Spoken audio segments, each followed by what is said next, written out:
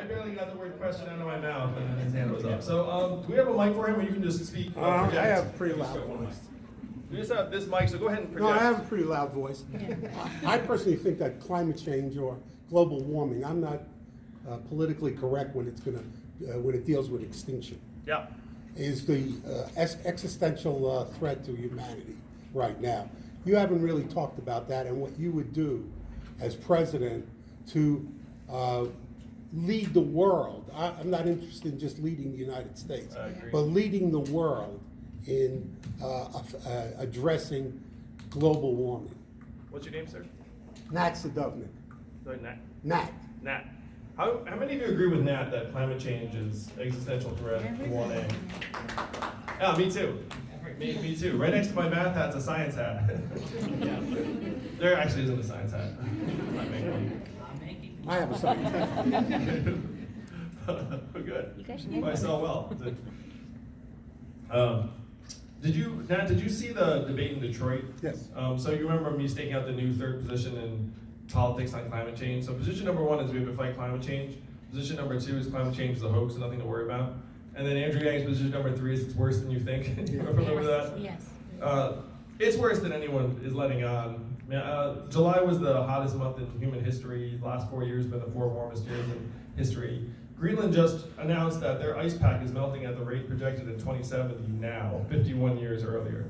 So whatever the most pessimistic projections are, we're gonna blow right past them. And I was just in New Hampshire. They already have coastal houses and buildings that are flooding regularly that were not flooding before. They had a multi-million-dollar shrimping business go to zero because the water got warmer and the shrimp died. These problems are real and with us. And I would make very, very big moves to drive us in the right direction.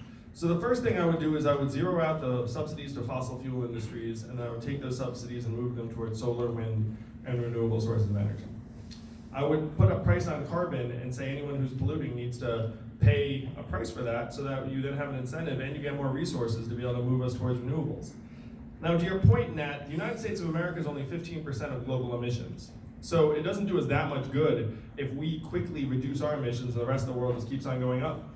So what's going on in the rest of the world is this. China is going to developing countries and saying, hey, I've got a power plant for you, it burns coal. Yes. And then what does that developing country say? Sure. Sure, I just want energy, I don't care. Yeah. And so what do we have to do to make it so that they don't end up with that coal burning power plant? Introduce green. We have to go in and say, don't take that plant. I've got wind turbines for you and solar panels. I'm gonna subsidize them up the wazoo. I'm gonna make this a no-brainer for you. We're not doing that now, and we have to do that if we're serious about trying to reduce the other 85%. We need to start actually affirmatively reversing some of the damage we're doing, and this is not an easy thing, but we need to plant vast forest lands or replant forest lands to try and increase the carbon capture. We need to reseed ocean beds with plant life to try and resuscitate marine ecosystems, because the Atlantic Ocean right now is losing 4 to 8% of its biomass every year.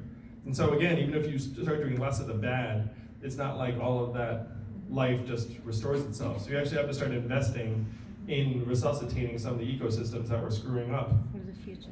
When there's a natural disaster, who suffers the most?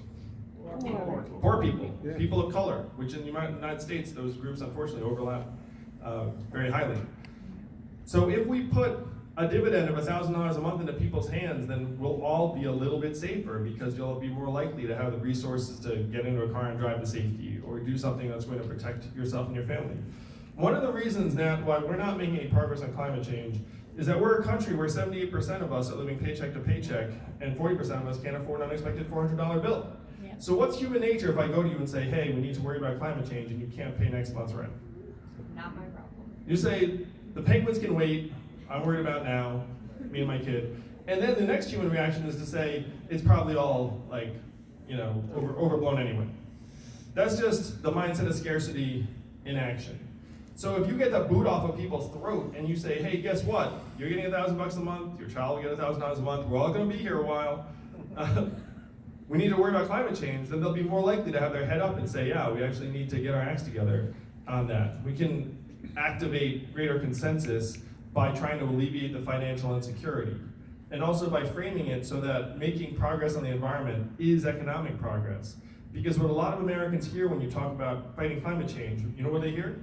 Higher prices, more inconvenience, fewer jobs.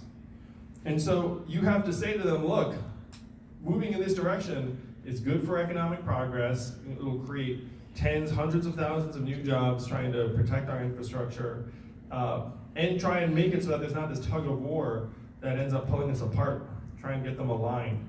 A lot of this is our measurements, and a lot of this is how we're framing economic growth.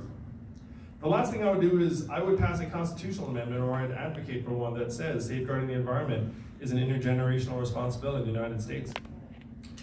So this is the plan. I agree with everyone that climate change is a massive, massive threat. And I have a 50-page plan on trying to get it right. It's like automation, where even if we do everything right, we're still in for a really, really rough time. So we have to make it as